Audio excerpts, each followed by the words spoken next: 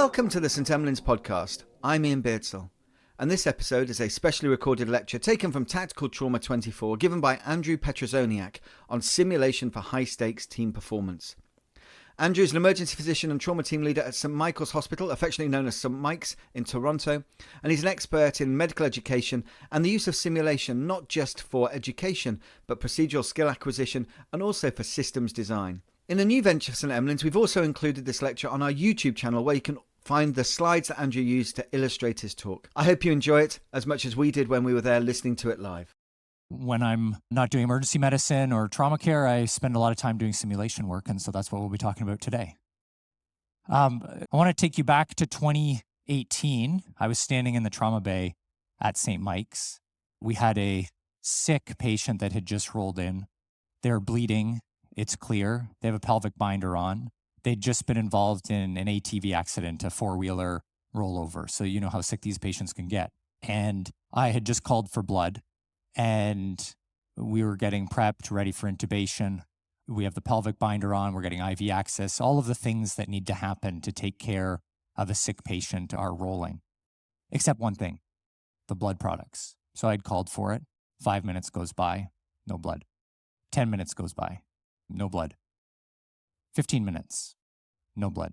17 minutes, finally, somebody rolls in with a cooler of blood. We don't have blood in our trauma bay. It's just above us in the blood bank upstairs.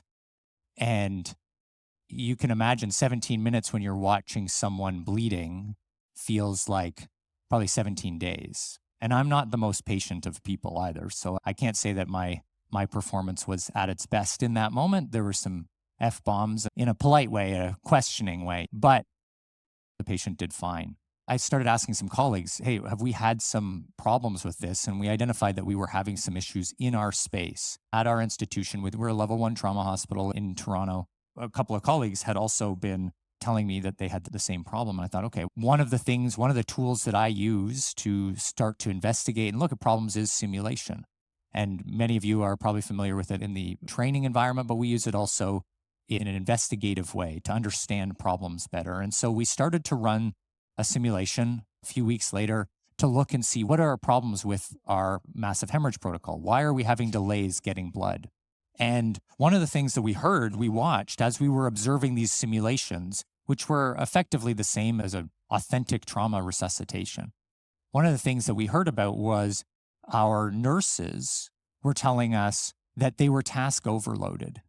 They were in charge of charting, they were getting IV access, but at the time, they were also in charge of calling the blood bank and calling our locating through the hospital, which would then deploy a porter.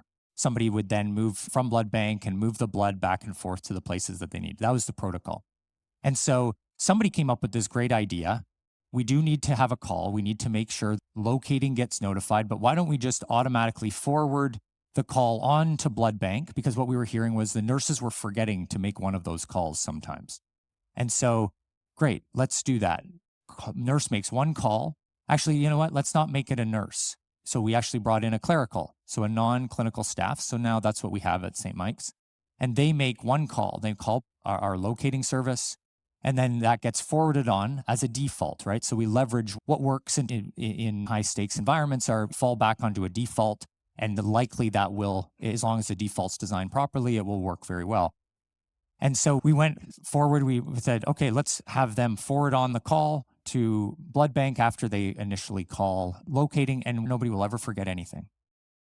Perfect. You know what? Why don't we just run this as a simulation just before we go live? But this is great. And so we run the simulation, and I look over at the clerical, and the clerical's looking at me like, and they're pointing at the phone. And I'm like, okay, what happened? So the call dropped. I'm like, all right, we'll keep running the simulation. So I'm like, that's interesting. The call dropped. Fine. We'll just probably a problem with the phone. And we do it again. And then the call drops again. I'm like, okay, let's just pause the simulation. Let's just see what's actually happening here. We try it again. And sure enough, we find out that from IT, we call IT, the call keeps dropping.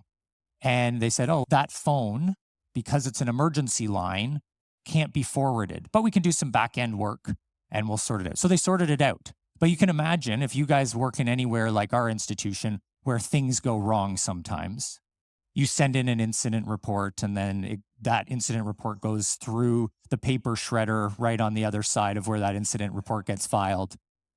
And you can imagine that this would not have been flagged for days, weeks, months, because somebody would have just been like dropping F-bombs about how stupid locating is and how they can't do their job, right?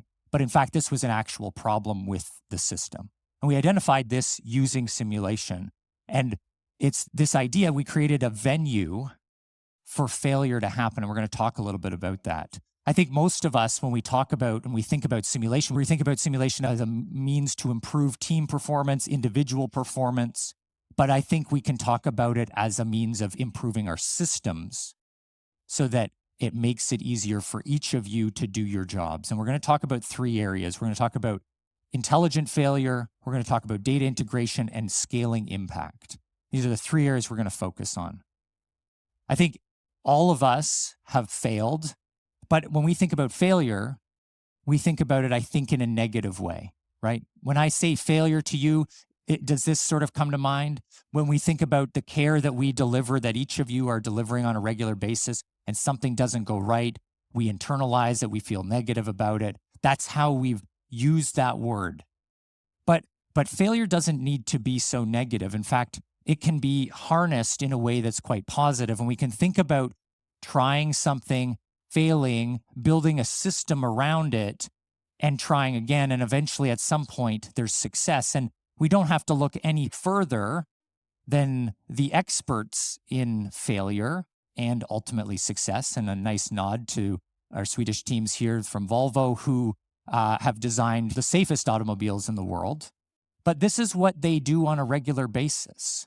They crash test their cars and effectively create a venue for failure on purpose. They celebrate it because no one wants dead people in an automobile. We'll tolerate something bad happening to a crash test dummy, which makes sense. And we can create a venue for failure. We can then make changes so that when we put that car on the road, it's going to be successful in an automobile collision. That's fine. But we can expect that for as long as there are cars on the road, there will be crashes.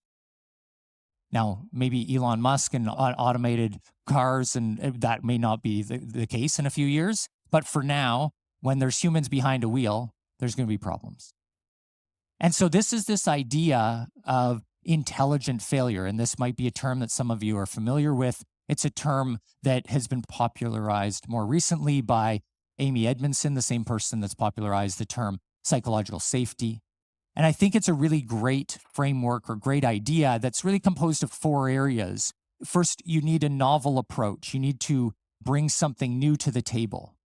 Just like when I introduced to you this idea in our trauma bay, why don't we have a call that forwards off of our phone? And then you need to have a hypothesis. We thought that would make it easier for our teams, that they wouldn't, the chance of forgetting to make the call would be lower. And then there needs to be a benefit. And we expected that the benefit would be that people would not forget, that our process of getting time to blood would be much less.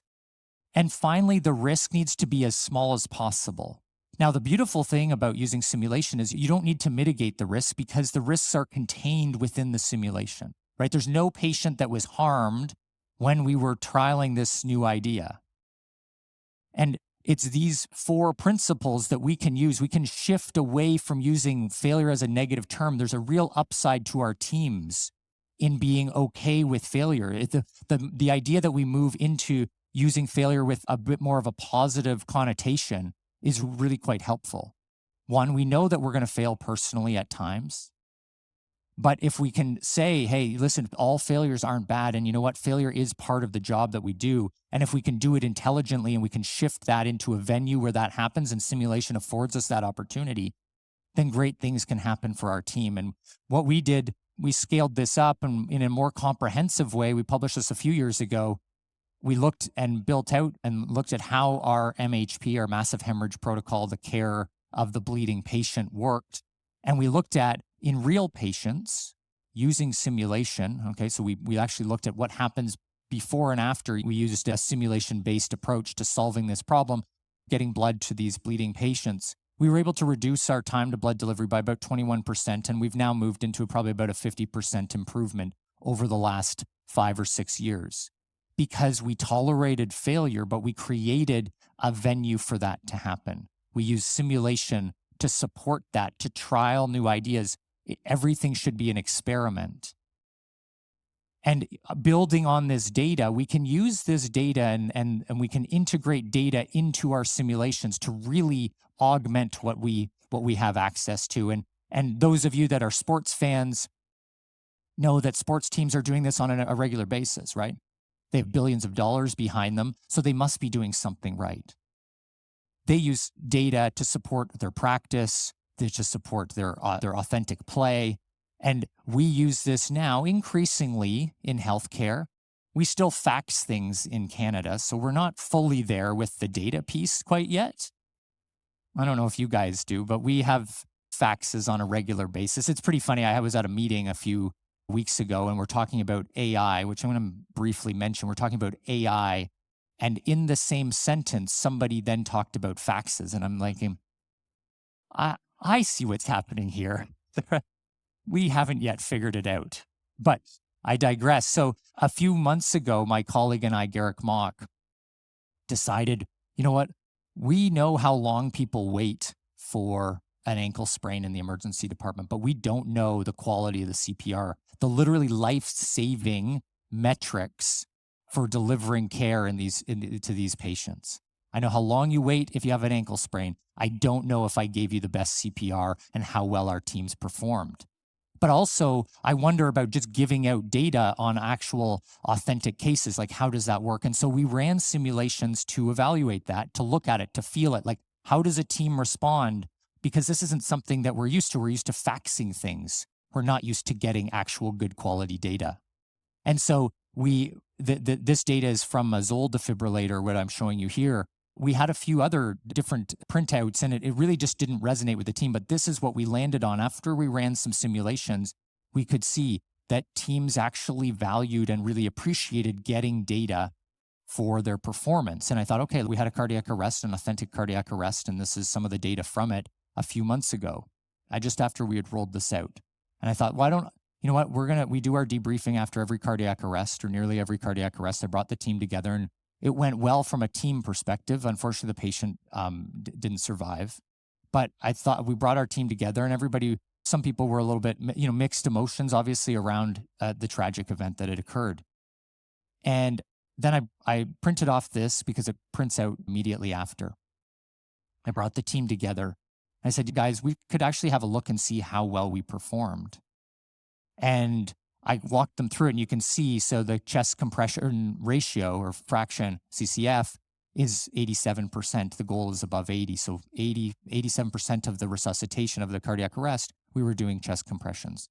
The data doesn't matter too much, but for the purpose of the conversation, but it went very well. There's some improvement, but we brought it together. The team was looking at it, and you could just see people stood a little higher. They had a bit of a smile on their face. And it really brought the team together because we were able to shift the focus right on to how well they had just performed. We use this not only in our debriefing, but we use data to inform our design of clinical spaces. This is some work we did a few years ago where this is a nurse moving around a simulated trauma scenario. And you can see the heat maps where they spend most of their time. So why not use this data to redesign your space better?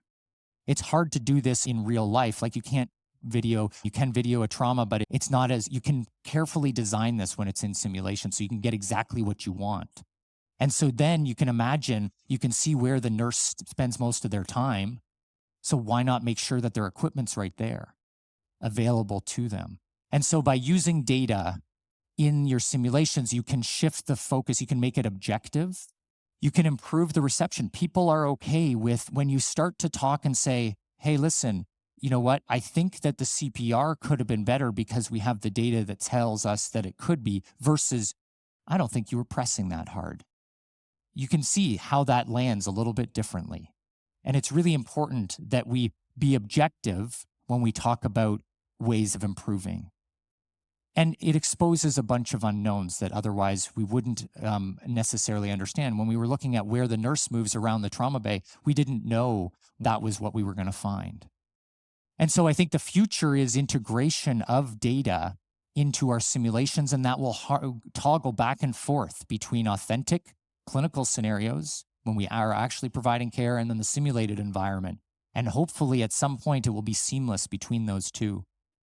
And finally, I want to talk about how we scale impact. And I think some of you, not all of you, might work with the same team every day. The way that a sports team shows up to practice every day with the same people. And so when we borrow the concepts of sports or high-performing teams that are always the same group, it's different than the team on your right, which is a trauma team in Toronto. They're composed of about 150 people that come together as an ad hoc team, training a team that's going to be, you can't predict who's going to be there on that day. We would all love to just be able to train like a athletic team that can come together and you know exactly who everybody is, you know everybody's name all the time, but it's different, right?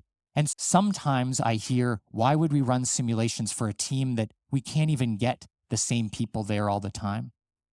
I don't want perfection to be the enemy of good. I think that we can still get something out of it and we can still scale our impact. And I also think that we can't just be making our decisions agnostic from the clinical environment. Boardrooms aren't designed for life and death decisions. Clinical spaces are. And I think that we can use simulated environments to make that happen. And we use immersive design to create spaces. We use simulations, like I showed you with the heat maps. We use targeted simulations as we build out new or existing clinical spaces and we make changes to them. Because I firmly believe that a lot of the time we spend training our clinicians, we spend time teaching them where things are in the space. What a waste of time. Most of you, I don't think, or any of you have ever been to our trauma bay at St. Mike's. I'm going to take you on a brief tour. Hands up if you can find the chest tube cart.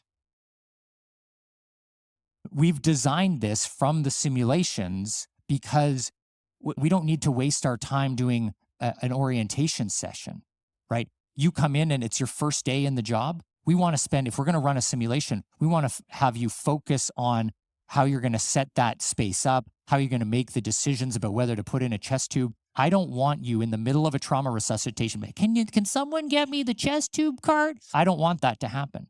What a waste of useful effort, of cognitive bandwidth to have to remember where things are. We want to make it easy for people. And so we use simulation to help design that.